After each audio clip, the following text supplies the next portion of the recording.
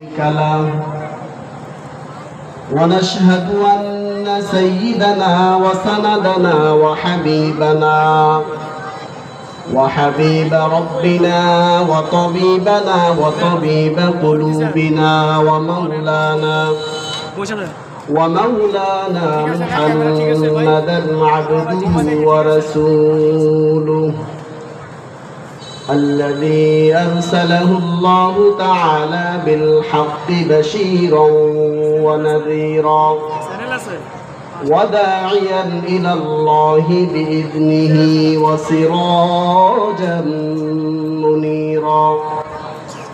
أما بعد فقد قال الله تعالى في كلامه المجيد والفرقانه الحميد: أعوذ بالله من الشيطان الرجيم.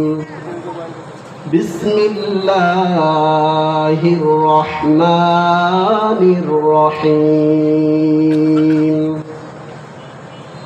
قل إن صلاتي ونسكي ومحياي ومماتي لله رب العالمين. وقال تعالى: قل إن تخفوا ما في صدوركم أو تبدوه يعلمه الله. وقال رسول الله صلى الله عليه وسلم: إنما الأعمال بالنيات، إلى آخر الحديث.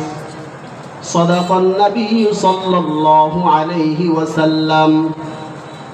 وقال تعالى في شأن حبيبه ومحبوبه ومعشوقه مخبرا وآمرا: إن الله وملائكته يصلون على النبي يا أيها الذين آمنوا صلوا عليه وسلموا تسليما. شغل درود شريف. اللهم صل على سيدنا ونبينا وشفيعنا وحبيبنا ومولانا محمد صلى الله عليه وعلى آله وأصحابه وبارك وسلم. بلغ العلا بكماله، كشف الدجى بجماله، حسنت جميع خصاله.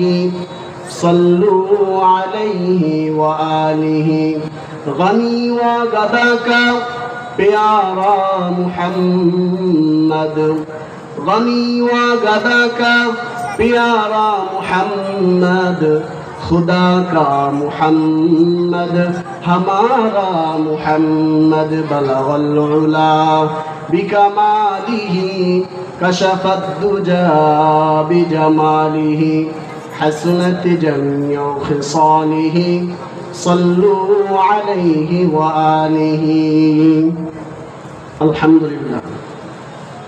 দারুস সুন্নাহ আদর্শ মহিলা মাদ্রাসা গাজীপুর কর্তৃক আয়োজিত আজকের এই মহতী ওয়াজ মাহফিলের সম্মানিত সভাপতি, ইসলামী আন্দোলন বাংলাদেশের কেন্দ্রীয় সম্মানিত যুগ্ম মহাসচিব জননেতা মাওলানা গাজী আতাউর রহমান, হযরত উলামায়ে কেরাম, আমার সামনে দিন প্রিয়, ইসলাম প্রিয় তাওহীদি জনতা, প্রথমে মহান আল্লাহর শুকরিয়া আদায় করছি যে মহান রব্বুল আলামিন আমাদেরকে দুনিয়ার যাবতীয় কাজকর্ম থেকে মুক্তি দান করে, দুনিয়ার যাবতীয় ফিতনা থেকে পরিত্রাণ দান করে এই মহতী মুবারক এই জান্নাতের বাগানের এই দ্বীনি মাজলিসে আসার, বসার, কথা বলার এবং শোনার তৌফিক দিয়েছেন। এর জন্য আমরা সকলেই শুকরিয়া আদায় করছি বলে আলহামদুলিল্লাহ। সম্মানিত উপস্থিতি, যেহেতু আমরা রাস্তার পাশে বসেছি, তাই রাস্তা দিয়ে গাড়ি আসবে যাবে, বিভিন্ন রকমের মানুষ আসবে যাবে। আমরা যদি সেদিকে মনোযোগী হয়ে যাই তাহলে আমাদের মাহফিলের মূল মাকসাদ থেকে আমরা মাহরুম হয়ে যাব, ঠিক কিনা? তাই আসুন আমরা ওদিকে কোনো খেয়াল না করে, অনেক রকমের মানুষ যাবে, গাড়ি আসবে, অনেক সমস্যাও হতে পারে, তো আমরা সেদিকে খেয়াল না করে মুবারক মাজলিসে, যেহেতু আল্লাহর পৃথিবীতে এর চেয়ে উৎকৃষ্ট শ্রেষ্ঠ আর কোনো মাজলিস হতে পারে না, ঠিক কিনা? আমরা জান্নাতের বাগানে বসেছি, এতে আমাদের কোনো সন্দেহ আছে? হাদিস শরীফে রাসূল করিম সাল্লাল্লাহু আলাইহি ওয়াসাল্লাম এই মাজলিসকে জান্নাতের বাগান বলেছে। বলি সুবহানাল্লাহ।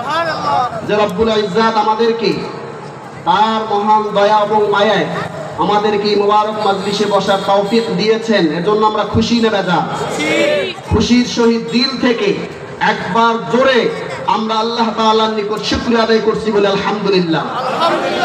আল্লাহ রাব্বুল আলামিন বলেন, লাইন শাকারতুম লাযীদান্নাকুম ওয়া লাইন কাফারতুম ইন্না আযাবী লাশাদীদ। যে বান্দা আমি আল্লাহর কোনো নিয়ামত পাওয়ার পরে নিয়ামতের শুকরগুজার হয়, শুকরিয়া আদায় করে, আমি আল্লাহ রাব্বুল আলামিন ওই বান্দার জন্য নিয়ামতকে বৃদ্ধি করে দেই। সুবহানাল্লাহ। তাহলে আমরা যে এখানে বসতে পেরেছি, নিঃসন্দেহে এটি আল্লাহ পাকের পক্ষ থেকে আল্লাহ প্রদত্ত আমাদের জন্য নিয়ামত কিনা বলেন? অবশ্যই আমাদের জন্য নিয়ামত, কারণ এখানে বসার দ্বারা প্রতিটি মুহূর্তে আপনার আমার আমল নামায় সওয়াব লেখা হচ্ছে। সুবহানাল্লাহ। এক একটি কথা বলার এবং শোনার দ্বারা এক বছরের নফল ইবাদতের সওয়াব আল্লাহ তাআলা আমাদেরকে দান করতেছেন। সুবহানাল্লাহ। আর যদি একটি মাসআলা আমরা কোনোভাবে শিখতে পারি, 60 বছর, কত বছর? 60 বছর, 60 বছর নফল ইবাদত করলে যেই সওয়াব হবে, একটি মাসআলা শিক্ষা করার দ্বারা আল্লাহ তাআলা আপনাকে আমাকে সেই সওয়াব দান করবেন। বলি সুবহানাল্লাহ। সম্মানিত উপস্থিতি, সময় খুব কম। আপনারা সম্মানিত মুহতামিম সাহেব, আমার সম্মানিত অনেক ঘনিষ্ঠ ব্যক্তি, আপনাদের এই ঐতিহ্যবাহী বগুড়া কেন্দ্রীয় মসজিদের সম্মানিত খতিব হাফেজ মাওলানা মুফতি শরফুদ্দিন আল বাহার হযরত বলেছেন, উনি যেহেতু সারা বাংলাদেশে সফর করেন, তাই ওনার দাওয়াত ছাড়াই অনেক বন্ধু এখানে চলে এসেছেন যারা বাংলাদেশের বিভিন্ন জায়গায় বয়ান করে থাকেন। আমি আপনাদের সামনে সংক্ষিপ্ত আকারে কিছু কথা বলতে চাই। আসুন আমরা মনোযোগ সহকারে সেই কথা শুনতে আমরা নিজেকে প্রস্তুতি গ্রহণ করি। রাজি আছেন ইনশাআল্লাহ? আমি আপনাদের সামনে পবিত্র কালামে মাজিদ থেকে একটা আয়াত তেলাওয়াত করেছি, যে আয়াতটি আপনারা প্রায় শুনে থাকেন। আল্লাহ তাআলা কি বলেন? কুল ইন্না সলাতি ওয়া নুসুকি ওয়া মাহইয়ায়া ওয়া মামাতি লিল্লাহি রাব্বিল আলামিন। আল্লাহ তাআলা বলেন, বলো আমার নামাজ, কার নামাজ? কুল ইন্না সলাতি, আমার নামাজ, আমার কুরবানি, আমার বেঁচে থাকা, আমার মরে যাওয়া, সব কিছু কার জন্য? আল্লাহর জন্য। সব কিছু কার জন্য? সব কিছু আল্লাহর জন্য। তাহলে আজকে আমরা এই মাহফিলে এসেছি কাকে খুশি করার জন্য? আমরা প্রথমে আমরা আমাদের নিয়তকে পরিশুদ্ধ করে নিই। আমরা এখানে কেন এসেছি? আমাদের উদ্দেশ্য কি? উদ্দেশ্য কি কোনো সুরওয়ালা কোনো বক্তার ওয়াজ শোনার জন্য, নাকি আল্লাহ তাআলার কালাম এবং রাসূল করিম সাল্লাল্লাহু আলাইহি সাল্লামের হাদিস থেকে ইলম শিক্ষা করার জন্য? বলুন, আমরা কি সুর শোনার জন্য এসেছি? না। আমরা কি এখানে রাজনৈতিক বক্তব্য হবে, অমুক দলকে এখানে বসে ক্ষমতা থেকে নামিয়ে ফেলানো হবে, অমুক দলকে এখানে বসেই ক্ষমতায় উঠিয়ে দেওয়া হবে, এরকম কোনো মাকসাদ নিয়ে আমরা এসেছি? আমরা কাকে খুশি করার জন্য এসেছি? দেখেন, এই মাজলিসে এসেছি ইলম শিক্ষা করার জন্য। এরকম কোনো মাজলিস যদি কায়েম হয়, যেই মাজলিসে কাউকে ক্ষমতায় নামানো হয় আবার কাহাকেও ক্ষমতায় উঠানো হয়, সেই মাজলিসের বিষয়টা ভিন্ন। কিন্তু এই মাজলিসে আমরা এসেছি কোরআন হাদিস থেকে ইলম শুনে উপকৃত হয়ে আমল করে দুনিয়া এবং আখিরাতের কল্যাণ হাসিল করার জন্য। জোরে বলুন, ঠিক কিনা? তাহলে আল্লাহ তাআলা আমাদেরকে বলেছেন যে আমার নামাজ, আমার রোজা, আমার কুরবানি, আমার বেঁচে থাকা, আমার মরে যাওয়া, আমার সব কিছু কার জন্য হতে হবে? আল্লাহর জন্য। তাহলে আমরা আজকে এখানে কার জন্য এসেছি? আল্লাহর জন্য। তাহলে আমরা আমাদের প্রথমে এই নিয়তকে পরিশুদ্ধ করে নেই। কেউ যদি নিয়ত পরিশুদ্ধ করে সামান্য পরিমাণের কোনো আমলও যদি করে, এই আমলের জাযা আল্লাহ তাআলার নিকট উহুদ পাহাড় পরিমাণ হয়ে যায়। সুবহানাল্লাহ। আর যদি কোনো বান্দা কোনো মাখলুককে দেখানোর জন্য উহুদ পাহাড় পরিমাণও কোনো আমল করে, আল্লাহ রাব্বুল আলামিনের দরবারে যাররা পরিমাণও কোনো সওয়াব তার জন্য লিপিবদ্ধ হবে না। নাউযুবিল্লাহ। তাই আমরা এখানে যতক্ষণ বসে থাকবো শুধুমাত্র কেবলমাত্র একমাত্র কার জন্য? আল্লাহর জন্য। এই নিয়ত করতে পারি কিনা? ইনশাআল্লাহ। হাদিস শরীফে রাসূল করিম সাল্লাল্লাহু আলাইহি ওয়াসাল্লাম ফরমান, ইন্নামাল আমালু বিন্নিয়াত, যে প্রত্যেকটি কাজ নির্ভর করে কিসের উপর বলেন? নিয়তের উপর। প্রত্যেকটি কাজ কিসের উপর নির্ভর করে? নিয়তের উপর নির্ভর করে। যদি আমার আপনার এই বসা আল্লাহর জন্য হয়, তাহলে অবশ্যই এই বসা আল্লাহর জন্যই হবে এবং কবুল হবে, ঠিক কিনা? আর যদি কবুল হয়ে যায়, সারা পৃথিবীর সমস্ত আমল করার পরেও যদি কবুল না হয়, কোনো লাভ হবে না। আর তামাম জীবনের মধ্যে এই সামান্য আজকের এই বসাটুকু যদি আল্লাহ রাব্বুল আলামিনের দরবারে মকবুল হয়ে যায়, হতে পারে আপনার আমার জীবনে এই সামান্য বসাকে ওসিলা করে কিয়ামতের ময়দানে আল্লাহ রাব্বুল আলামিন নাজাত ও মুক্তির ফয়সালা করে দিতে পারেন, ঠিক কিনা? তাই আমরা আল্লাহর জন্য বলবো তো ইনশাআল্লাহ। আমি প্রথম আলোচনা শেষ করলাম। দেখেন, আমরা মুখে যা বলি যদি অন্তরে তা না থাকে, তাহলে কিন্তু আমাদের মূল মাকসাদ হাসিল হবে না, ঠিক কিনা? এই সম্পর্কে আল্লাহ তাআলা বলেন, কুল ইন তুখফু মা ফি সুদুরিকুম আও তুবদুহু ইয়ালামুহুল্লাহ। তিনি আল্লাহ তাআলা বলেন, বলো, কুল ইন তুখফু, তোমরা অন্তরে যা গোপন রাখো বা প্রকাশ করো, সব ব্যাপারে জানেন কে? সব ব্যাপারে কে জানেন? আল্লাহ। আমরা মুখে যাই বলি না কেন, অন্তরে আমাদের কি আছে পৃথিবীর কোনো মাখলুক যদি না জানে, কে জানেন? আল্লাহ। তাহলে আল্লাহ যেহেতু জানেন, আল্লাহর কাছে কোনো কিছুই গোপন রাখা সম্ভব নয়। তাই আমরা দিলের থেকে আমাদের কোনো রকমের জাহালাত, কোনো রকমের অস্পষ্টতা আমরা না রেখে সুস্পষ্টভাবে একদম খালেসভাবে আমরা আল্লাহর জন্য এখানে পূর্ণ সময় ব্যয় করতে চাই। রাজি আছেন ইনশাআল্লাহ? আল্লাহ তাআলা আমাদেরকে তৌফিক দান করুন। আমি আপনাদের সামনে হুজুর আকরাম সাল্লাল্লাহু আলাইহি সাল্লাম যে জন্য পৃথিবীতে এসেছেন, হুজুর সাল্লাল্লাহু, আমাদের কাজ আছে না নাই? আমাদের কাজ আছে না? হুজুর সাল্লাল্লাহু আলাইহি সাল্লামের কাজ ছিল কি? কাজ নিয়ে তিনি পৃথিবীতে এসেছেন। হুজুর সাল্লাল্লাহু আলাইহি সাল্লামের দ্বীনি যত কাজ ছিল, মৌলিকভাবে কাজ ছিল কয়টি? 4টি। বলুন, মৌলিক কাজ ছিল কয়টি? 4টি। হুজুর সাল্লাল্লাহু আলাইহি সাল্লামের মৌলিক কাজ ছিল 4টি, মুখস্থ করতে হবে। বলুন, হুজুর সাল্লাল্লাহু আলাইহি সাল্লাম আমাদের নবী হযরত মুহাম্মদ সাল্লাল্লাহু আলাইহি সাল্লামের মৌলিক কাজ ছিল কয়টি? 4টি। 1 নাম্বার বলুন দাওয়াত, 1 নাম্বার কি? দাওয়াত। 2 নাম্বার তালিম, 2 নাম্বার তালিম। 3 নাম্বার তাজকিয়া নফস, 3 নাম্বার কি? তাজকিয়া নফস। 4 নাম্বার জিহাদ। 4 নাম্বার কি? জিহাদ। আপনারা বুঝে থাকলে বলুন, 1 নাম্বার কাজ কি? দাওয়াত। 2 নাম্বার কাজ কি? তালিম। 3 নাম্বার কাজ কি? তাজকিয়া নফস। 4 নাম্বার কাজ কি? জিহাদ। এই 4টি মৌলিক কাজ ছিল পুরা ইসলামের মধ্যে। এর মধ্যেই রয়েছে সমস্ত ইসলামের কল্যাণ, ইসলামের সমস্ত কাজ, সমস্ত আমল, সমস্ত ইবাদত। বলুন সুবহানাল্লাহ। তাহলে এই মৌলিক 4টি কাজ যেহেতু রাসূল করিম সাল্লাল্লাহু আলাইহি সাল্লাম আমাদের জন্য নিয়ে এসেছেন, আমরা তার উম্মত হিসেবে এই 4টি কাজ করতে প্রস্তুত আছি ইনশাআল্লাহ? ইনশাআল্লাহ। প্রস্তুত আছি ইনশাআল্লাহ। আল্লাহ তাআলা আমাদেরকে এই 4টি মৌলিক কাজের উপর আমল করার তৌফিক দান করুন। আমিন। প্রথম কাজ, উদউ ইলা সাবিলি রাব্বিকা বিল হিকমা। আল্লাহ তাআলা প্রথমে আমাদেরকে নির্দেশ দিলেন দাওয়াত দেওয়ার জন্য। কি দেওয়ার জন্য? আমরা দাওয়াত দিতে প্রস্তুত আছি ইনশাআল্লাহ? দাওয়াতের অনেকগুলো সূরত রয়েছে, সেগুলো আমি আপনাদের সামনে আলোচনায় নিয়ে আসতেছি। অন্য আয়াতে আল্লাহ তাআলা বলেন, ওমান আহসানু কাওলাম মিম্মান দাআ ইলাল্লাহ ওয়া আমিলা সালিহা ওয়া ক্বালা ইন্নানি মিনাল মুসলিমিন। আল্লাহ তাআলা বলেন, ওই ব্যক্তির কথা হতে উত্তম কথা আর কাহার হতে পারে যে মানুষকে আল্লাহর দিকে ডাকে। বলুন, কার দিকে ডাকে? যে ব্যক্তি মানুষকে আল্লাহর দিকে ডাকে। পৃথিবীতে যত মানুষ রয়েছে, যত মানুষ যত দাওয়াত দেয়, যত কথা বলে, যত আহ্বান করে, সমস্ত কথার মধ্যে, সমস্ত কাজের মধ্যে, সমস্ত আহ্বানের সবচেয়ে উত্তম এবং সুন্দর কথা হলো আল্লাহর দিকে ডাকা। বলুন সুবহানাল্লাহ। তাই আমরা মানুষকে আল্লাহর দিকে ডাকবো তো ইনশাআল্লাহ? ডাকার অনেকগুলো স্রোত রয়েছে। এই আয়াতের ব্যাখ্যায় মুফাসসিরিন ইকরাম লেখেন, যে কোনো ব্যক্তি যে কোনো পন্থায় মানুষকে আল্লাহর দিকে ডাকবে, সেই এই আয়াতের যে প্রশংসা করা হয়েছে এর উপযুক্ত হবে। বলি সুবহানাল্লাহ। যেমন মুফাসসিরিনগণ লেখেন, আম্বিয়া ইকরাম মুজিজা ইত্যাদির দ্বারা ডাকেন। মুজিজা আছে না নাই? হুজুর সাল্লাল্লাহু আলাইহি সাল্লামের নিকট আবু জাহেল এসে বলল, ইয়া মুহাম্মদ, আমার হাতে পোড়া খেজুরের বিচি রয়েছে। কিসের বিচি রয়েছে? পোড়া খেজুরের বিচি রয়েছে, যদি এই পোড়া খেজুরের বিচি মাটিতে লাগালে যদি গাছ হয় এবং ফল ধরে, তাহলে আমি বুঝবো যে তুমি সত্যিকারের নবী।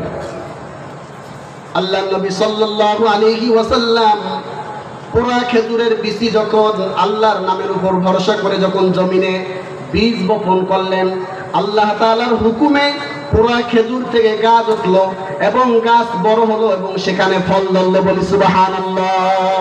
তাইলে নবী আলাইহিস সালামগণ মানুষকে মুজিজার মাধ্যমে ডাকেন। কিসের মাধ্যমে ডাকেন? মুজিজার মাধ্যমে ডাকেন। উলামায়ে কেরাম দলিল প্রমাণের মাধ্যমে মানুষকে আল্লাহর দিকে ডাকেন। ডাকেন কিনা? আজকে আমরা যতগুলো বই পুস্তক পড়তেছি, কিতাবাদি পড়তেছি, এগুলোর লেখক কে? উলামায়ে কেরাম। বলি এগুলোর লেখক কে ভাই? উলামায়ে কেরাম। আজকে ওয়াজ মাহফিল সহ বিভিন্ন সেমিনারে, বিভিন্ন সভাতে উলামায়ে কেরাম এবং মসজিদের মেম্বরে বিভিন্ন বিষয়ে দলিল প্রমাণ সহকারে আলোচনা করেন উলামায়ে কেরাম না গায়রে আলেম? উলামায়ে কেরাম। তাহলে উলামায়ে কেরাম দলিল প্রমাণের মাধ্যমে মানুষকে আল্লাহর দিকে ডাকেন। এরপরে মুজাহিদ যারা রয়েছেন তলোয়ারের মাধ্যমে মানুষকে আল্লাহর দিকে ডাকেন। কিসের মাধ্যমে? তলোয়ারের মাধ্যমে। মুয়াজ্জিনগণ কিসের মাধ্যমে ডাকেন? আযানের মাধ্যমে আল্লাহর দিকে ডাকেন। আল্লাহু আকবার, আল্লাহু আকবার, আল্লাহু আকবার, আল্লাহু আকবার। কার দিকে ডাকতেছেন? বলুন কার দিকে ডাকতেছেন? আশহাদু আল্লা ইলাহা ইল্লাল্লাহ। হ্যাঁ, আমি সাক্ষ্য দিতেছি আল্লাহ ব্যতীত কোনো কি নাই। আশহাদু আন্না মুহাম্মাদার রাসূলুল্লাহ। এই সমস্ত বাক্যের দ্বারা কার দিকে ডাকতেছেন? আল্লাহর দিকে ডাকতেছেন। তাহলে বোঝা গেল আম্বিয়া আলাইহিস সালামগণ মানুষকে মুজিজার মাধ্যমে ডাকেন, উলামায়ে কেরাম দলিল প্রমাণের মাধ্যমে ডাকেন, মুজাহিদগণ তলোয়ারের মাধ্যমে ডাকেন, মুয়াজ্জিনগণ আযানের মাধ্যমে ডাকেন। যে কোনো ব্যক্তি যে কোনো পন্থায় মানুষকে আল্লাহর দিকে ডাকবে, সে এই আয়াতের যে প্রশংসা করা হয়েছে ওই ব্যক্তির কথা চেয়ে উত্তম কথা আর কাহারও হতে পারে না, যে মানুষকে আল্লাহর দিকে ডাকে। তাহলে দাওয়াতের পদ্ধতি আমরা জানলাম কিনা বলেন? দাওয়াতের পদ্ধতি আমরা জানতে পেরেছি। তাহলে শুধুমাত্র কেবলমাত্র নির্দিষ্ট একটি পন্থাকেই, নির্দিষ্ট একটি পথকেই আমরা কিন্তু দাওয়াতের পথ বলতে পারি না, পারি নাকি? অর্থাৎ ব্যক্তি বিশেষ দাওয়াতের ধরন, দাওয়াতের সুরত, দাওয়াতের পদ্ধতি, দাওয়াতের তরিকা ভিন্ন আছে না নাই? আজকে আমাদের সমাজে দাওয়াত ও তাবলীগ নিয়ে সবচেয়ে বড় যে আজকে আমাদের বিপদ সামনে এসেছে, যে যেই জামাতটি সারা বিশ্বের মধ্যে একই হরকতে তামাম পৃথিবীতে দাওয়াতি এই মেহনতের কাজ করত, দাওয়াত ও তাবলীগের কাজ করত, আমাদের মধ্যে আমার কাছে মনে হয় আমাদের কোনো না কোনো সময় হয়তো কথার দ্বারা, বলার দ্বারা, আচরণের দ্বারা এরকম কোনো ভুল হয়ে গেছে কিনা, যে এই ভুলের খেসারত হয়তো আজকে আমাদেরকে দিতে হচ্ছে, ঠিক কিনা? কারণ এরকমও কথা আমাদের থেকে এসেছিল, ইচ্ছায় হোক অসতর্কতা বশত হোক, আমরা বলেছিলাম যে নকল হরকত এবং একমাত্র দাওয়াত এবং হক এবং একমাত্র দ্বীনের রাস্তা, হকের রাস্তা একমাত্র দাওয়াত ও তাবলীগ। আমরা অনেক সময় বিভিন্ন ভাষায়, বিভিন্ন মন্তব্যে, বিভিন্ন বক্তব্যে, বিভিন্ন বয়ান আমরা অনেক সময় বলেই ফেলেছি। হতে পারে সেই কথা থেকে আমরা তওবা করতে পারি নাই, যে না, হুজুর সাল্লাল্লাহু আলাইহি সাল্লাম শুধুমাত্র এই এক সূরতের দাওয়াতকে, মুফাসসিরিনে কেরাম শুধুমাত্র এক সূরতের দাওয়াতকেই দাওয়াত সাব্যস্ত করেন নাই। দাওয়াতের বিভিন্ন সূরত আছে, আছে না নাই? আমরা এতক্ষণ আলোচনা করেছি। সম্মানিত হাজিরিন, হাদিস শরীফে রাসূল করিম সাল্লাল্লাহু আলাইহি সাল্লাম ফরমান, বাল্লিগু আন্নী ওয়ালাউ আয়া। একটি আয়াতও যদি তোমার জানা থাকে সেটা পৌঁছায় দাও। বলি সুবহানাল্লাহ। তাহলে আজকে দাওয়াতের বিভিন্ন সুরত থাকা সত্ত্বেও আমরা হয়তো একটি দাওয়াতকে শুধুমাত্র নির্দিষ্ট করে এবং সেটাকেই কেবলমাত্র একমাত্র দাওয়াতের পথ মনে করে প্রকাশ করার কারণেই হয়তো আমাদের উপর এই বড় বিপদ আজকে চেপে গেছে, ঠিক কিনা? তাই এর থেকে আমি মনে করি আমাদের তওবা হওয়া, আমাদের নিজেদের সংশোধন হওয়া, যে না, দাওয়াতের দ্বীনের রাস্তা বহুতগুলো রয়েছে, ঠিক কিনা? সম্মানিত হাজিরিন, আমি দ্বিতীয় আলোচনা আপনাদের সামনে করতে চাই, তালিম। তালিম কি? আল্লাহ তাআলা বলেন, ফাসআলু আহলা যিকরি ইন কুনতুম লা তা'লামুন। তোমরা যারা জানো না, যারা জানে তাদের কাছে জিজ্ঞাসা করে জেনে নাও। বলুন, যারা জানে তাদের কাছে জানবো না যারা জানে না তাদের কাছে জানবো? আজকের সমাজে সবচেয়ে গুরুত্বপূর্ণ কথা হলো, আজকে আমরা ওয়াজ মাহফিলের মঞ্চে যে আলেম বেশি সুর দিয়ে বিভিন্ন কথা বলে, মিডিয়াতে ফোকাস হতে পারে, আমরা তাকেই বড় আলেম মনে করি। আর বড় আলেম মনে করার কারণে কি হয়ে দাঁড়িয়েছে আজকে? ওয়াজ মাহফিল আগে কম ছিল, ফিতনা কম ছিল। ওয়াজ মাহফিল বেড়ে গেছে, কিছু স্বার্থান্বেষী ব্যক্তির কারণে ফিতনাও বেড়ে গেছে, ঠিক কিনা? এই জন্য আসুন, আমাদেরকে জানতে হবে সত্যিকারের জাননেওয়ালা কে। আজকে আমরা যেন কোনো ব্যক্তিকে আজকে মাহফিলের মঞ্চে সময় দেওয়ার কারণে তারা ইচ্ছা মতো বক্তৃতা দেয়, বিভিন্ন রকমের কথা বলে, কোরআন হাদিসের গভীর জ্ঞান না থাকার কারণে এবং কোনো মুসলিহ থেকে ইসলাহ না করার কারণে এই ব্যক্তি থেকে যেমন ইচ্ছা তেমন কথা আসতেছে, আর সমাজে দিন আর দিন ফিতনা বাড়তেছে, ঠিক কিনা? আজকে যদি আমরা আমাদের ইখলাসের কত কমতি, আজকে আমরা ওয়াজ মাহফিলগুলোতে আমরা আসি সুর শোনার জন্য, গরম বক্তব্য শোনার জন্য, কে কার বিরুদ্ধে কত বেশি কথা বলতে পারে এই ব্যক্তিদের নাম শুনলে আমরা বেশি আসি। অথচ যদি এখন মুফতি আব্দুল মালিক সাহেবের নাম দেওয়া হয় এখানে, তাহলে দেখা যাবে যে এত লোক আমরা আসবো না। অথচ আমরা জানি না যে উনি কত বড় আলেম। এই পাক ভারত উপমহাদেশের যদি শ্রেষ্ঠ 10 জন আলেম থাকে, তার মধ্যে একজন আলেম হলেন আমাদের বাইতুল মুকাররমের সম্মানিত খতিব আল্লামা আব্দুল মালিক হাফিজাহুল্লাহ। বলি সুবহানাল্লাহ।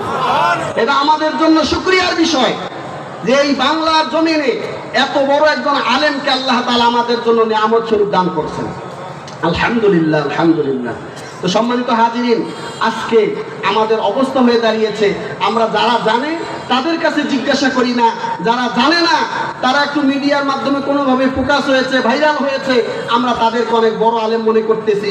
আজকে সমাজ থেকে পাপাচার, অনাচার, ফিতনা এবং যত রকমের অন্যায় অপকর্ম রয়েছে, এর মধ্যে সবচেয়ে বেশি ভয়াবহ অবস্থায় রয়েছে আমাদের ইসলাম ধর্মের বিধিবিধান নিয়ে সবচেয়ে মুসলমানরা, ঠিক কিনা?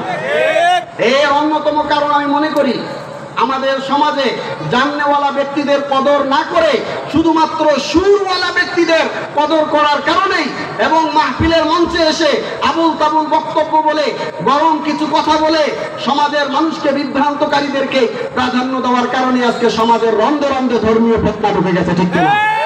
এই জন্য আসুন এগুলাকে পরিহার করে চলি। সত্যিকারের জাননেওয়ালাকে আমরা বোঝার চেষ্টা করি। তার সুর না থাক, তার আলোচনা এত রসালো না থাক, কিন্তু তার থেকে যে এলেমটি পাবো সেটা নিরেট এলেম, ভেজাল মুক্ত এলেম, সত্যিকারের কোরআন হাদিসের গভীর এলেম পাবো, ঠিক কিনা? তাই আমরা আসুন, আমরা সুরের পাগল হব নাকি এলমের পাগল হব? আল্লাহ তাআলা আমাদেরকে তৌফিক দান করুন, আমিন। আল্লাহ রাব্বুল আলামিন বলেন, ফাসআলু আহলা যিকরি ইন কুনতুম লা তা'লামুন। তোমরা জিজ্ঞাসা করো যারা জানো না, যারা জানে তাদের কাছে জিজ্ঞাসা করে জেনে নাও। ফাসআলু আহলা যিকরি ইন কুনতুম লা তা'লামুন। তোমরা যারা জানো না, যারা জানে তাদের কাছে জিজ্ঞাসা করে জেনে নাও। আমরা যে বিষয়টি জানি না, যারা জানে তাদের কাছে জিজ্ঞাসা করব। কোন সুরওয়ালা ব্যক্তির কোনো কথায় আমরা ধোকায় পড়ব না। যদিও এরকম ব্যক্তি পাওয়া যায় জাননেওয়ালা, কিন্তু সমাজের মানুষ তাকে ওইভাবে চেনে না, পপুলার কোনো বক্তা না, কিন্তু আল্লাহর বান্দা কষ্ট করে মুজাহাদা করে ইলম অর্জন করেছে, আমরা তার থেকে ইলম গ্রহণ করব। বলো ঠিক কিনা? করবো তো ইনশাআল্লাহ। তাহলে আমি শুধুমাত্র আপনাদেরকে 4টি বিষয়ের উপর টাচ দিয়ে যাচ্ছি। তাহলে আমরা ইলম হাসিল করব। মাদ্রাসায় আপনার মাসআলা মাসাইল সম্পর্কে ইলম শিক্ষা দেওয়া হয়, কোরআন হাদিসের সহিহ বানান শিক্ষা দেওয়া হয়, মাদ্রাসার মধ্যে ফাজাইল শিক্ষা দেওয়া হয়, মাদ্রাসার মধ্যে যত রকমের ইলম রয়েছে সব শিক্ষা দেওয়া হয়। কোথায়? মাদ্রাসায়। আর আমরা যে মসজিদ ভিত্তিক তালিম করি, এই তালিমকেই আমরা অনেক সময় আমরা ভুল বুঝে এটাকে তালিম মনে করি, আর মাদ্রাসার শিক্ষাকে আমরা তালিম মনে করি না। মানে হয়ে গেছে বিষয়টা এরকম, ফরজ যে তালিম সেটাকে আমরা তালিমে মনে করি না, আর যেটা নফল সেটাকে আমরা তালিম মনে করি, শুধু সেটাকে প্রাধান্য দিচ্ছি। দেখুন, প্রত্যেকটি ইবাদত করার জন্য যতটুকু ইলম জানা দরকার, প্রত্যেক মুসলমানের জন্য ততটুকু ইলম জানা ফরজ কিনা? হাদিস শরীফে রাসূল করিম সাল্লাল্লাহু আলাইহি সাল্লাম ফরমান, তালাবুল ইলমি ফরিদাতুন আলা কুল্লি মুসলিম। প্রত্যেক মুসলমান নর নারীর উপর ইলমে দ্বীন শিক্ষা করা ফরজ। বলি সুবহানাল্লাহ। এই ইলম কতটুকু শিখবো? আমার ব্যক্তি জীবন, আমার পারিবারিক জীবন, আমার সামাজিক জীবন, আমার রাজনৈতিক জীবন, আমার সিরাত, সুরাত, মুআমালাত, মুআশারাত, সকল ক্ষেত্রে আল্লাহর হুকুম এবং রাসূল করিম সাল্লাল্লাহু আলাইহি সাল্লামের সুন্নাত তরিকা মোতাবেক চলতে পারি, প্রত্যেকটা প্রত্যেকটি বিষয়ের ক্ষেত্রে এই পরিমাণ ইলম জানা আমাদের জন্য ফরজ বলে। আল্লাহু আকবার। আমরা সেই ইলম জানবো তো ইনশাআল্লাহ। আল্লাহ তাআলা আমাদেরকে তৌফিক দান করুন বলে আমিন। এখন এই ইবাদত করার পরে সেই ইবাদত করলে কি সওয়াব হবে, কি লাভ হবে, এইটাকে বলা হয় ফাজাইল। এটাকে কি বলা হয়? আর আমরা মসজিদে যে আমরা তাবলীগের সাথীরা আমরা যারা এই তালিম করি, এটা হলো ফাজাইলে আমালের তালিম। ফাজাইলে আমাল মানে কি? আমলের ফজিলত, আমলের লাভের তালিম, আমলের লাভের শিক্ষা। মানে আমল করলে কি লাভ হবে সেই ব্যাপারে আমরা তালিম করি, সেই ব্যাপারে আমরা শিক্ষা গ্রহণ করি, ঠিক কিনা? এটাকেও আমরা বাদ দিব না, কারণ ব্যক্তি যখন কোনো কাজের লাভ জানে তখন সেই কাজ করার জন্য তার দিলের মধ্যে আগ্রহ তৈরি হয়ে যায়, ঠিক কিনা? তাই আমরা ওই তালিমকে বাদ দিব না। তবে হ্যাঁ, আমার দৈনন্দিন জীবনের, ব্যক্তি জীবন, পারিবারিক জীবন, সামাজিক জীবন, সকল ক্ষেত্রে আল্লাহর বিধান মোতাবেক আমি আমার জীবন পরিচালনা করতে পারি, এই পরিমাণে ইলম আমরা উলামায়ে কেরাম থেকে জেনে নিব। রাজি আছেন ইনশাআল্লাহ? 3 নাম্বার বিষয়, আমরা কয় নাম্বারে গিয়েছি? দাওয়াত, তালিম, এরপর হলো তাজকিয়া নফস। দেখেন আল্লাহ তাআলা সূরা শামসের মধ্যে বলেন, এখানে 7টি কসমকে আল্লাহ বলেন, কদ আফলাহা মান যাক্কাহা। কি বলছেন? কদ আফলাহা মান যাক্কাহা, যে ব্যক্তি আত্মাকে পরিশুদ্ধ করতে পেরেছে সেই একমাত্র সফলকাম হয়েছে, বলি সুবহানাল্লাহ। এখন বলুন, আমরা যদি নিজের দিলের মধ্যে, আত্মার মধ্যে যদি আমরা রোগ রেখে আমরা যদি শুধুমাত্র শারীরিক যে রোগ রয়েছে সেটার চিকিৎসা করি, শরীর স্বাভাবিকভাবে হয়তো সুস্থ থাকবে, শরীরটা সুস্থ থাকবে, কিন্তু আত্মার মধ্যে যে রোগ রয়েছে এই রোগের চিকিৎসা না করলে আমরা কি মানসিকভাবে সুস্থ হব? এজন্য আমাদের আত্মার রোগ কি সেটা আমাদের জানতে হবে, এবং আত্মার রোগ থেকে আমাদেরকে পরিত্রাণ পাওয়ার জন্য কি করা দরকার তাই করতে হবে। রাজি আছেন ইনশাআল্লাহ? হাদিস শরীফে রাসূল করিম সাল্লাল্লাহু আলাইহি ওয়াসাল্লাম ফরমান, আলা ইন্না ফিল জাসাদি মুদগা ইযা সালুহাত সালুহাল জাসাদু কুল্লুহু ওয়া ইযা ফাসাদাত ফাসাদাল জাসাদু কুল্লুহু আলা ওয়া হিয়াল কলব। প্রত্যেক বনি আদম নর নারীর মধ্যে আল্লাহর কুদরতি একটি গোশতের টুকরা রয়েছে। যখন ওই গোশতের টুকরাটা ভালো হয়ে যায় তখন তার সমস্ত আমলগুলো ভালো হয়ে যায়, বলি সুবহানাল্লাহ। আর যখন ওই গোশতের টুকরাটা খারাপ হয়ে যায়, নষ্ট হয়ে যায়, পচে যায়, কালিমাচ্ছন্ন হয়ে যায়, তখন ওই ব্যক্তির সমস্ত আমলগুলো, সমস্ত শরীরটা যেন খারাপ হয়ে যায়। এই গোশতের টুকরার নাম হলো আলা ওয়া হিয়াল কলব। এই গোশতের টুকরার নাম হলো কলব। গোশতের টুকরার নাম কি? এই কলবকে পরিশুদ্ধ করা দরকার আছে না নাই? এই কলব কোন সময় নষ্ট হয় সেটা আমাদের জানতে হবে। আজকে যদি আমরা আঘাত পাই কোথাও, তাহলে আমাদের জখম হয়, ঘা হয়, হয় কিনা? সেটা কি করার জন্য? সুস্থ করার জন্য, সেটাকে আমরা সুস্থতায় নিয়ে আসার জন্য আমরা চিকিৎসা গ্রহণ করি, ডাক্তারের কাছে যাই, দেয় কি দেয় না? এরকম আত্মার মধ্যেও, কলবের মধ্যেও আমাদের এরকম রোগ হয়, এরকম বিভিন্ন রকমের অসুবিধা দেখা দেয়, এর চিকিৎসা করা দরকার আছে না নাই? আমাদের দেখেন জামার মধ্যে যদি ময়লা লাগে আমরা সেটা পরিষ্কার করি কিনা? এটা পরিষ্কার করার জন্য আলাদা ব্যবস্থাপনা আছে। কি আছে?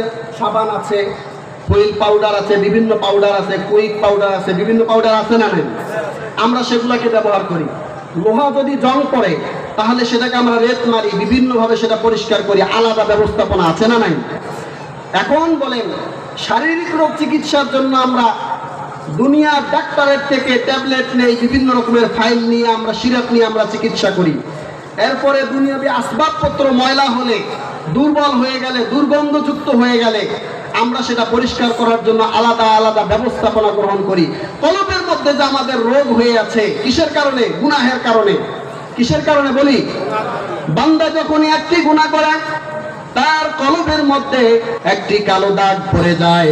বান্দা এভাবে যখন দ্বিতীয় আরেকটি গুনাহ করে তার কলবের মধ্যে আরেকটি কালো দাগ পড়ে যায়। এভাবে যত গুনাহ করতে থাকে, প্রতিবারের গুনার পরে তার কলবের মধ্যে এরকম কালো দাগ পড়তে থাকে। কলবটা এরকম স্বচ্ছ আয়নার মতো একদম স্বচ্ছ পরিষ্কার ছিল, কিন্তু প্রতিবার গুনাহ করার কারণে তার কলবের মধ্যে স্বচ্ছ আয়নার মতো ঝকঝকে পরিষ্কার কলবের মধ্যে কালো দাগ পড়তে পড়তে একটা পর্যায়ে স্বচ্ছ পরিষ্কার পরিষ্কার আয়নার মতো, একদম পরিষ্কার গ্লাস, পরিষ্কার কলবটা তার এরকম কালিমাচ্ছন্ন হয়ে যায়, বলি নাউজুবিল্লাহ। এখন এই কলবকে পরিষ্কার করার যন্ত্র নবী করিম সাল্লাল্লাহু আলাইহি ওয়াসাল্লাম ফরমান, প্রত্যেক বস্তু পরিষ্কার করার যন্ত্র রয়েছে। তিনি বলেন লিকুল্লি শাইইন সিকালাতু ওয়া সিকালাতুল কুলুবি যিকরুল্লাহ, বলি সুবহানাল্লাহ। তিনি বলেন প্রত্যেক বস্তু পরিষ্কার করার জন্য যন্ত্র রয়েছে, কলব পরিষ্কার করার জন্য যন্ত্র হলো আমি মাওলা পাকের নামের জিকির, বলি সুবহানাল্লাহ।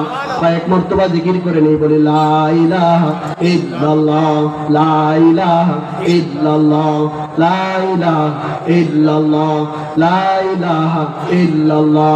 যখন বান্দা লা ইলাহা ইল্লাল্লাহর রেত কলবের মধ্যে মারতে থাকে, তখন প্রতিবারের রেত মারার দ্বারা যখনই বলে লা ইলাহা ইল্লাল্লাহ বলে, এই লা ইলাহা ইল্লাল্লাহর জরফ যখন কলবের মধ্যে লাগিয়ে দেয়, সাথে সাথে গুনাহ করার কারণে কলবের মধ্যে যে কালি লেগেছিল, কালি লাগতে লাগতে কলবটি কালিমাচ্ছন্ন হয়েছিল, প্রতিবারের জিকির করার দ্বারা লা ইলাহা ইল্লাল্লাহর জরফ মারার দ্বারা কলব থেকে সেই কালিমা দূর হতে থাকে, বলি সুবহানাল্লাহ। তাহলে আমরা কলবকে পরিশুদ্ধ করার জন্য রাজি আছি না ইনশাআল্লাহ? এই কলব পরিশুদ্ধ করার জন্য আমাদেরকে জিকির করতে হবে। কার জিকির? আল্লাহ। কে বলছেন? রাসূল করিম সাল্লাল্লাহু আলাইহি সাল্লাম বলছেন। তাই আমরা জিকির করতে প্রস্তুত আছি না নাই? হাদিস শরীফে রাসূল করিম সাল্লাল্লাহু আলাইহি ওয়াসাল্লাম বিভিন্ন ভাবে জিকিরের ফজিলত বর্ণনা করেছেন। আল্লাহ তাআলা কোরআনের মধ্যে স্বয়ং নিজে বলছেন, ইয়া আইয়ুহাল্লাযীনা আমানু যিকুরুল্লাহা যিকরান কাসীরা ওয়া সাব্বিহুহু বুকরাতান ওয়া আসীলা। আল্লাহ তাআলা বলেন, হে ঈমানদারগণ, আমরা ঈমানদার কিনা ভাই? আমরা ঈমানদার। আল্লাহ তাআলা বলেন, হে ঈমানদারগণ, ইয়া আল্লাহ আমাদেরকে সম্বোধন করতেছেন, ইয়া আইয়ুহাল্লাযীনা আমানু, হে ঈমানদারগণ, উযকুরুল্লাহ। কার জিকির? আল্লাহ। উযকুরুল্লাহ কাসীরা। আল্লাহ তাআলা বলছেন জিকির কম করবে না বেশি করবে, সেই সম্পর্ক আল্লাহ তাআলা কুরআনুল কারীমের এই আয়াতের অংশের মধ্যে বলেন উযকুরুল্লাহ, পরের অংশে বলেন কাসীরা, বলেন বেশি বেশি পরিমাণে জিকির করো, বলি সুবহানাল্লাহ। এই বেশির কোনো সীমা আছে নাকি? বলুন, এই বেশির কোনো সীমা আছে ভাই? আজকে আমরা এখানে বসেছি, মানুষ বেশি না কম? বেশি। আরো যদি 1000 লোক যোগ হয়, বেশি হবে না কম হবে? টঙ্গীর ইজতেমার মধ্যে লোক বেশি হয় না কম হয়? এর চেয়েও বেশি। আমরা এখন যা আছি এর চেয়ে কত শত গুণ, কত হাজার গুণ, ঠিক কিনা? চরমোনার মাহফিলে লোক এর চেয়ে কম হয় না বেশি হয়? হজ, বাইতুল্লাহর হজে লোক কম হয় না বেশি হয়? তাহলে বেশির কোনো কি নাই, সীমা নাই। তাহলে আমরা বেশি বেশি পরিমাণে জিকির করব কার? আল্লাহ। রাজি আছেন ইনশাআল্লাহ? তাহলে আমরা বেশি বেশি পরিমাণে জিকির করব কার? আল্লাহ। এই জন্য আমরা বেশি বেশি পরিমাণে জিকির করব। বিশেষ করে সকাল সন্ধ্যা 100 বার সুবহানাল্লাহ, 100 বার আলহামদুলিল্লাহ, 100 বার আল্লাহু আকবার, কমপক্ষে 200 বার করব লা ইলাহা ইল্লাল্লাহ। আল্লাহ তাআলা আমাদেরকে তৌফিক দান করুন, আমিন। আমি 4 নাম্বার বিষয় আসছি। কত নম্বরে আসছি আমরা? 3 নাম্বার। এরপরে আমরা আসি, যখন আমরা নিজের আত্মাকে পরিশুদ্ধ করব, কলবকে পরিষ্কার করব, ময়লা মুক্ত করব, তখন আমার যত ভালো কাজ আছে, দাওয়াত দিতে ভালো লাগবে, তালিম করতে ভালো লাগবে, আমার মানুষকে সালাম দিতে ভালো লাগবে, দিলের থেকে অহমিকা দূর হবে, আস্তে আস্তে আমার নিজের মধ্যে সংশোধন চলে আসবে। এখন আমাকে জিহাদে পাঠালে আমি আল্লাহর দ্বীন বিজয়ের জন্য, আল্লাহর রাস্তায় জীবন দেওয়ার জন্য প্রস্তুত হয়ে যাব, ঠিক কিনা? তাহলে আমরা জিহাদ করার জন্য, মাঠের জিহাদ করার জন্য আমরা আগে নিজের নফসের সাথে জিহাদ করতে প্রস্তুত আছি না ইনশাআল্লাহ? হাদিস শরীফের মধ্যে আসছে, আল মুজাহিদু মান জাহাদা ফি নাফসি লিনাফসি। হাদিস শরীফের মধ্যে বলা হয়েছে যে মুজাহিদ তো সে যে তার নফসের সাথে জিহাদ করে। কিসের সাথে জিহাদ করে? এখন বলেন, আজকে যদি আমরা নিজের নফসের সাথেই জিহাদ করতে না পারি, তাহলে আমি কিভাবে মাঠে শত্রুর বিরুদ্ধে, আমি অস্ত্রের বিরুদ্ধে আমি জিহাদ করব? পারবো? আজকে আমার মুখে দাড়ি নাই, আমি দাড়ি রাখতে চাই না, কেন? আমার নফস বলে তুমি যদি দাড়ি রাখো তোমাকে মুরব্বি মুরব্বি লাগবে, তোমার বউ তোমাকে অপছন্দ করবে, সবাই বলবে বয়স হয়ে গেছে। এই জন্য আমি নফসের সাথে পেরে উঠতে পারতেছি না যে না, আমার রাসূলের সুন্নাত আমি যদি এখানে খুল লাগাই তাহলে তো আমার রাসূলের কলিজার মধ্যে খুল লাগানো হয়, ঠিক কিনা? এই এতটুকু নফসের সাথে জিহাদ যদি করে আমি যদি রাসূলের সুন্নত আনতে না পারি, নামাজ ফজরের সময় কি হয়, ভোরবেলা শীতকালীন আমাদের উষ্ণ কষ্ট হয়, এখন যদি এই কষ্টকে উপেক্ষা করে আমরা যদি আল্লাহর ডাকে সাড়া দিয়ে ফজরের সালাত আদায় করতে পারি, তবেই তো নফসের সাথে জিহাদ করা হবে, ঠিক কিনা? এখন যদি এতটুকু করতে না পারি, তাহলে বলেন নফসের সাথে জিহাদই করতে পারলাম না, আল্লাহর হুকুম নামাজই করতে পারলাম না, সিজদাই দিতে পারলাম না, মাঠের যখন শত্রু অস্ত্র নিয়ে দাঁড়িয়ে থাকবে আমি কি জিহাদ করতে পারবো? তাহলে আসুন আমাদের জিহাদ করতে হবে। আল্লাহ তাআলা বলেন ওয়াজাহিদু ফিল্লাহি হাক্কা জিহাদি, ওয়াজাহিদু তোমরা জিহাদ করো, কি যেভাবে জিহাদ করা দরকার সেইভাবে জিহাদ করো। হাদিস শরীফের মধ্যে রাসূল করিম সাল্লাল্লাহু আলাইহি ওয়াসাল্লাম ফরমান আল জিহাদু মাদিন ইলা ইয়াউমিল কিয়ামা, জিহাদ চলবে কিয়ামত পর্যন্ত। কোন পর্যন্ত বলি? কিয়ামত পর্যন্ত জিহাদ থাকবে। আমরা সেই জিহাদ করতে প্রস্তুত আছি না ইনশাআল্লাহ? জিহাদের শাব্দিক অর্থ হলো যুদ্ধ করা, সংগ্রাম করা, আন্দোলন করা, অন্যায়ের প্রতিরোধে ন্যায়কে প্রতিষ্ঠা করার জন্য, আল্লাহর দ্বীনকে আল্লাহর জমিনে প্রতিষ্ঠা করার জন্য যে সংগ্রাম করা হয় তাকে জিহাদ বলা হয়। সেই সংগ্রামে আমরা প্রত্যেকেই সময় দেওয়ার জন্য, জান দেওয়ার জন্য, মাল দেওয়ার জন্য, জীবন দেওয়ার জন্য প্রস্তুত আছি না ইনশাআল্লাহ? দেখেন আমাদের আজকের দেশের পরিস্থিতি হলো 5 তারিখের পূর্বের অবস্থা আর 5 তারিখের পরের অবস্থা অনেকটা পার্থক্য, ঠিক কিনা? কিন্তু আমরা লক্ষ্য করছি সমাজের রন্ধে রন্ধে যে চাঁদাবাজি ছিল, যে অন্যায় অপকর্ম ছিল, সেগুলা অনেকটাই যথাযথ স্থানে যথাযথভাবে পরিচালিত হয়ে আসছে, ঠিক কিনা? আমরা লক্ষ্য করলাম 5 তারিখের পূর্বে যেই চেয়ারে বসে চাঁদাবাজি করা হতো, 5 তারিখের পরে ওই চেয়ারের জায়গায় চেয়ার আছে, ব্যক্তি পরিবর্তন হয়েছে, ঠিক চাঁদাবাজি বন্ধ হয় নাই। এই জন্য সমাজের মানুষ যদি আজকে আমরা সচেতন না হই, সোচ্চার না হই, এখনো যদি আমরা অজ্ঞান অজ্ঞর মতো থাকি, আমরা মূর্খের মতো যদি এদেশে বসবাস করি, তাহলে এরকম বারংবার রক্ত যাবে, জীবন যাবে, যুবকরা তাদের পা হারিয়ে ফেলবে, অন্ধ হয়ে যাবে, মা বোনের ইজ্জত নষ্ট হবে, কিন্তু এই দেশের জনগণের ভাগ্যের পরিবর্তন হবে না, ঠিক কিনা? এজন্য ভাই সচেতন হতে হবে। আর কতদিনই ভাবে থাকবো? এই ঘুরে ফিরে অমুকে গেছে আর একজন আসবে, চেয়ারের জায়গায় থাকবে, চাঁদাবাজির জায়গায় থাকবে, ময়লা ফেলে না, ময়লা দেখেন না আপনাদের প্রত্যেক বাড়ির সামনে এক একটা করে আপনাদের ড্রাম দেওয়া হয়, সেখানে ময়লা ফেলে না, বোনরা ফেলে কিনা? সেই ময়লা যারা ফেলে এরা একটা ঠিকাদারি ব্যবসা করে, এরা হলো আপনার হলো সিটি কর্পোরেশন থেকে, এরা হলো একটা লিজ নিয়ে নেয়, এদের হলো একটা চুক্তি ভিত্তিক একটা ব্যবসা। এখানে এই ময়লা যারা ফেলে, আমি জানলাম 13, 14, 15 এই 3 ওয়ার্ডে 51 জন কর্মী। কতজন কর্মী? সরি 15 না, 13, 14, সম্ভবত 16, 51 জন কর্মী কাজ করে। তারা একটা চুক্তি ভিত্তিক ব্যবসা এখানে করে। এইখানে সে বলতেছে ভাই 5 তারিখের আগে আমরা যেই পরিমাণ আমাদেরকে দিতে হতো, চাঁদা দিতে হতো নেতাদেরকে, 5 তারিখের পরে ভাই এখন আমাদের চাঁদা আরো বেশি দেওয়া লাগে। বলি নাউজুবিল্লাহ। এই জন্য কি আমরা রক্ত দিয়েছিলাম? এই জন্য কি আমরা বলতেছি যে অমুকের থেকে স্বাধীন করে ফেলছি? কোথায় স্বাধীন হয়েছে আমাদের? না, এই স্বাধীনতা আমরা চাইনি, চেয়েছি। তাই আসুন আমাদেরকে সচেতন হতে হবে, সোচ্চার হতে হবে। আর মূর্খের মতো বসে থাকা যাবে না, দেখে চোখ বন্ধ করে রাখা যাবে না। কিয়ামতের ময়দানে প্রত্যেককে তার দায়িত্ব সম্পর্কে জিজ্ঞাসা করা হবে। অন্যায় দেখার পরে মান রাআ মিনকুম মুনকারান ফালিয়ুগাইয়িরু বিয়াদি ফাইন লাম ইস্তাতি' ফাবিলিসানি ফাইন লাম ইস্তাতি' ফাবিকলবি ওয়া যালিকা আযআফুল ঈমান। কোন অন্যায় হতে দেখে তোমার যদি এই শক্তি থাকে তাহলে সেটাকে হাত দিয়ে বন্ধ করে দাও। এই শক্তি না থাকলে জবান দিয়ে এমন ভাবে স্লোগান উঠাও, এমন ভাবে আওয়াজ উঠাও যেন সমাজ থেকে অন্যায় দূরীভূত হয়ে যায়। এই শক্তিও যদি না থাকে, ঘৃণা নয়, অন্তরে অন্তরে ধীরে ধীরে পরিকল্পনা করো কিভাবে এই সমাজ থেকে অন্যায়কে দূরীভূত করা যায়। সম্মানিত হাজিরিন, এজন্য আমাদের মরহুম পীর সাহেব চরমনাই রহমতুল্লাহ আলাইহি, ফজলুল করিম রহমতুল্লাহ বলছেন যে বাবারে, যদি তুমি অন্যায় দেখে ঘৃণা করে তুমি বসে আছো, কোনোদিনও অন্যায় দূর হবে না।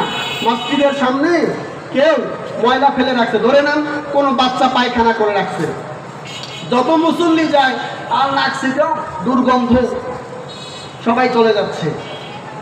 এভাবে 1000 মুসল্লি মসজিদের ভিতরে গেছে, নামাজ পড়ে বের হয়ে আসছে, শুধু নাক ধরছে, শুধুমাত্র ঘৃণা করছে। কি করছে? ঘৃণা করছে। একজন মুসল্লি বলল যে ভাই এক কাজ করেন, আপনি একটু কোদাল নিয়ে আসেন। আরেক ভাইকে বলল আপনি একটু বালতিতে করে পানি নিয়ে আসেন। আরেক ভাইকে বলল আপনি একটু বালু নিয়ে আসেন। পরিকল্পনা করলো। কি করলো?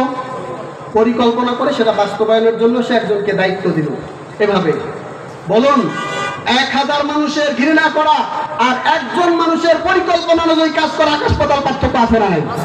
তাই আর নয় শুধু ঘৃণা অন্যায় দেখে, এখন থেকে পরিকল্পনা করে আমাদেরকে কাজ করতে হবে আল্লাহর জমিনে আল্লাহর দ্বীন প্রতিষ্ঠার জন্য। আল্লাহ তাআলা আমাদের সকলকে তৌফিক দান করুন। ওমা আলাইনা ইল্লাল বালাগ। আসসালামু আলাইকুম ওয়া রাহমাতুল্লাহ।